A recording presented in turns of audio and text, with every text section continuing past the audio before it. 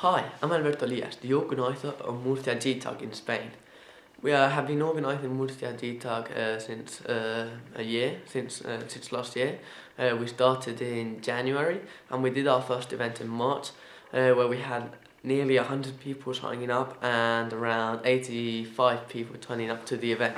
That event was more related to Android, where we did Android development talks.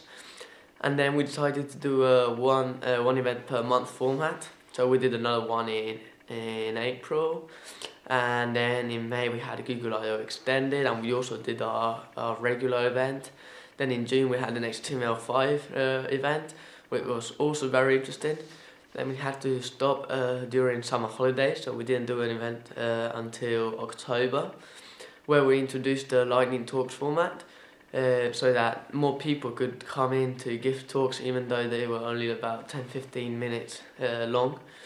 Then we had another event in November where we also participated in a roundtable about mobile platforms, and we talked about Android. Then we couldn't do an event in December because in Spain we have a lot of holidays and it was very difficult for people to come to the event. But then we did one last month in January, where we had a lot of different speakers talking about very interesting topics. And about a week ago, we also had a very interesting event it was mentioned in a lot of important blogs.